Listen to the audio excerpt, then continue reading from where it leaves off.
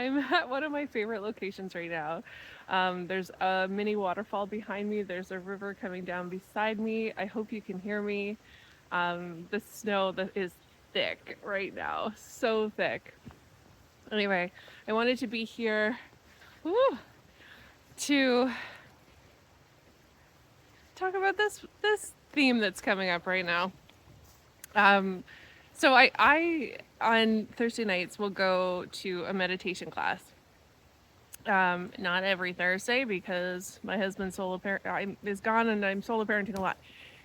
Anyway, when I am there, it's beautiful. I love it. I've created a bit of a community. It's something that gets me out of the house um, once a week, ideally, and it's just for me. You know, moms need that. Um, and what so the teacher Ken is brilliant. He always has we do a meditation and then a Buddhist teaching afterwards, and usually these are not new concepts to me. I've been in this world, this mindfulness world, for long enough that these are things I've heard, but I get to hear them through Ken, and I get to hear them through a different level of awareness in myself, and something always lands. Something always gives me a, yeah, if I could see it like that, then that opens up this. I love it. So I'm kind of hoping that that's what's happening for you with these 1111 recordings. Maybe this is stuff you've heard before, and quite possibly it is. I'm not reinventing the wheel with most of this stuff, and I got it from somewhere, not only my guides, but the teachings I've absorbed over the years. And my hope is that you're hearing it at a different level right now, and you're hearing it from me in maybe a different way than you've heard it before. So there may not be, each teaching may not be important, but there will be something important in each teaching. Does that make sense? Okay. Why am I saying all of this? Well, today I want to talk about the let them theory. So Mel Robbins has a new book out called The Let Them. And Mel Robbins is great. She's a champion for women, especially perimenopausal or menopausal women. This is not a new concept. This concept has been flying around self-help communities for decades. So it's not hers, but coming from her under a different lens, you may find that it's helpful. And the reason why it's also helpful right now is a few reasons. So I kind of want to dive into this. It's the let them theory is very much the cousin of the surrendering, the idea of like watching your life, taking kind of a back step, watching your life as though you're watching a play, so you're not getting completely triggered by everything and needing to react. Yeah, they all kind of play on each other. So essentially, let them is about allowing people to be how they are, and the only thing you control is how you respond to them. So people can think, act, say whatever, and it's your choice whether to stay in their lives, engage with them or not, set a boundary with them, and you just let them. You let them do whatever they want. When you come to a seer method treatment, I call it allowing. It's the same damn thing.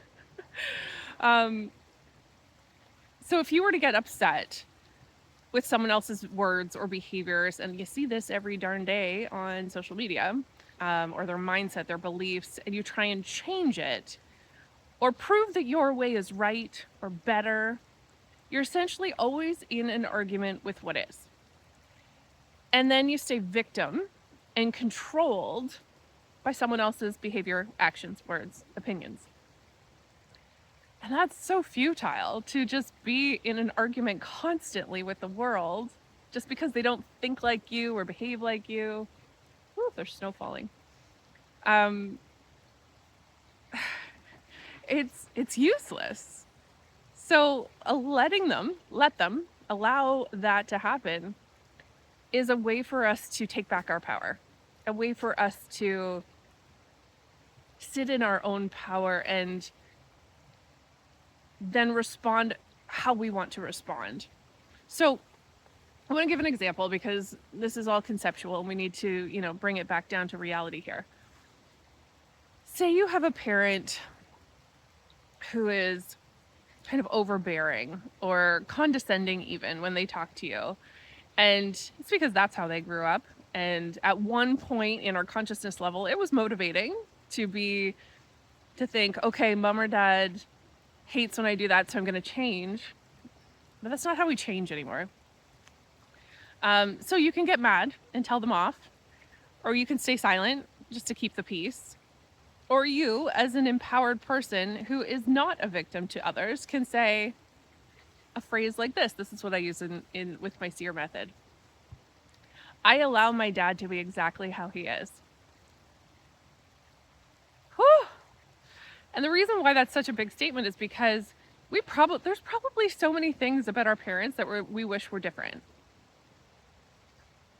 They're maybe not the most PC person. Maybe they're a little racist. Maybe they're a little quick to anger. Maybe they are passive aggressive. I don't know. All these traits that we pick up as humans. What if we just allowed it to be okay? It's weird, right? It's weird to think you're not trying to change somebody. And it doesn't mean you condone it, but it means you don't have to change it. You don't have to remind them on a regular basis that they're being a jerk. That's not your job. Your job is to love people exactly as they are. Because wouldn't you want that in return?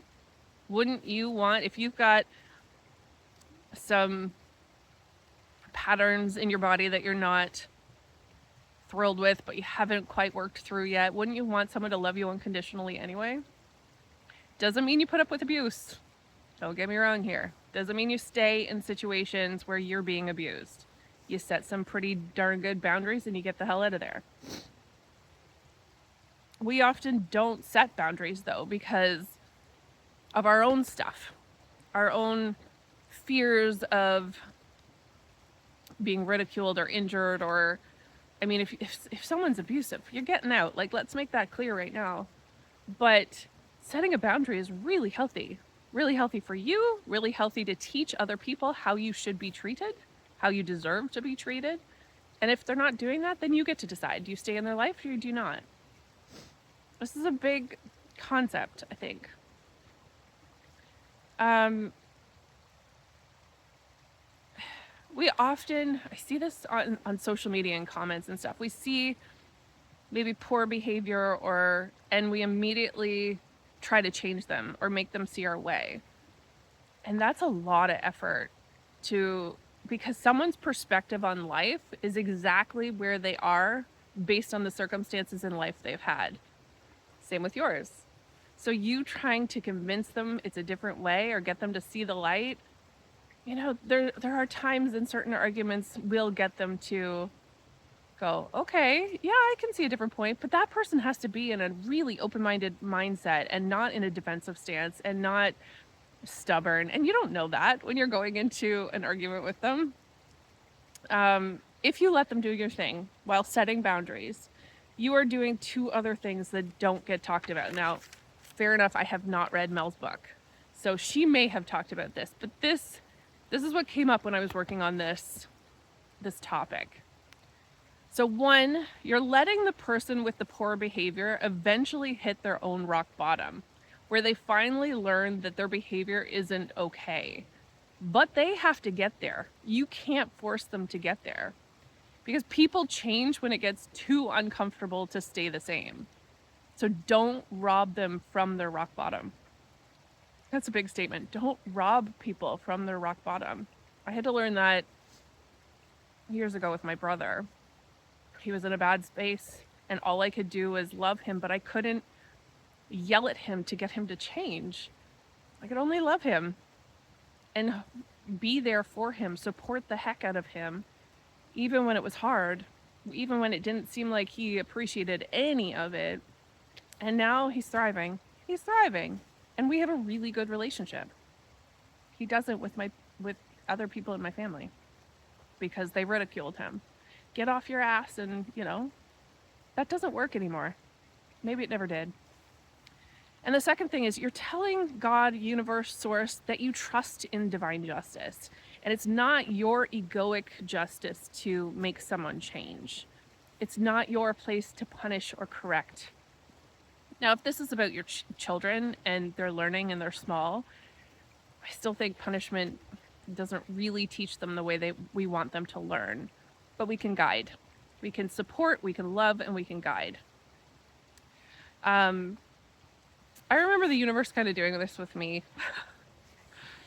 Not that I was in poor behavior necessarily, but I was not seeing the truth. When I was living in Waterloo, I was working as a naturopath, and I've said that before here. And I was in a relationship. And the relationship was fine. The work was fine. The house was fine. There were aspects that were good. Not great, but good. But I know I wasn't that happy. I wasn't that happy for a number of reasons. And then one day, I came home from work, and the guy I had been seeing was gone. He had taken all his stuff out of the house. We weren't living together, but like he had stuff around the house. And then wasn't answering my phone and my phone calls. And it didn't really occur to me right away that that's how he broke up with me. It was very lacking so much integrity. And yeah, I think that's probably why integrity is my number one core value. But it was a big like smack in the face. I didn't deserve that. I still do. But what it did was it kicked me in the ass to get moving on what I actually wanted. And within a week, I had my house up for sale. And within 2 months, I had sold the house and moved back to my hometown and bought a new house. And within a year of that, nope.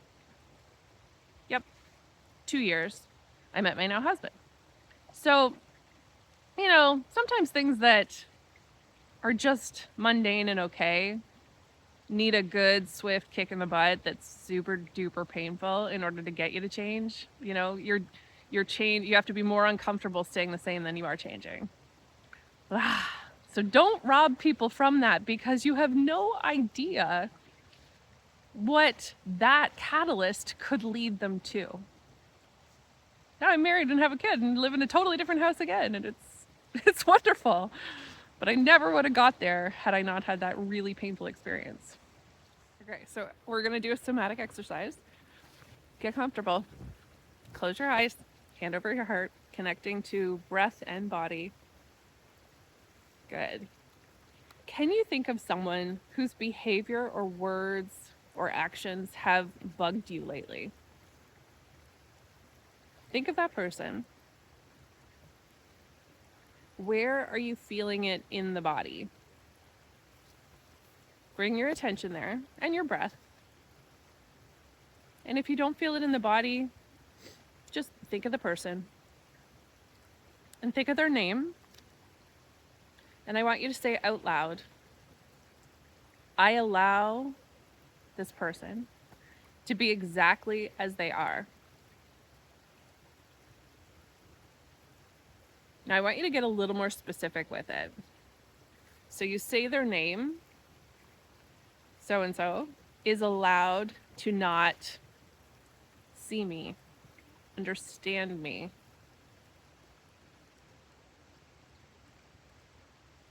For example, my dad is allowed to not get me. My dad is allowed to not see me. My husband is allowed to be impatient. I am allowed to be anxious. Whatever this is, you're allowing it. And as you allow it, you also say, my response to this behavior is to set a boundary, have that tough conversation, keep my distance, ask for what I need. What's your thing, your action step to this behavior? Okay, take a deep breath. If you need to do more of the I allow statements, please do. And I want you to say, I forgive myself for feeling angry and not setting a boundary. Everything is exactly how it should be. Woo. I hope this kind of sets you up for the week as like a everything's okay. You know, the American president is allowed to do what the American president needs to do. That's this could go global.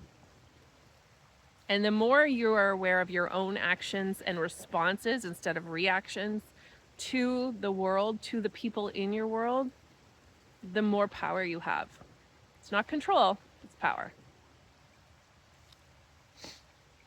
And this is a message from my team, my guides.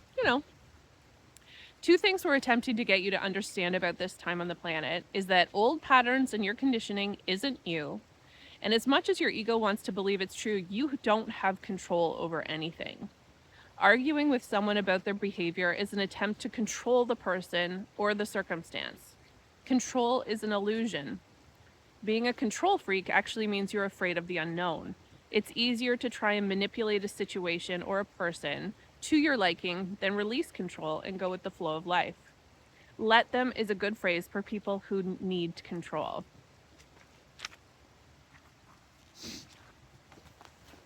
Whew.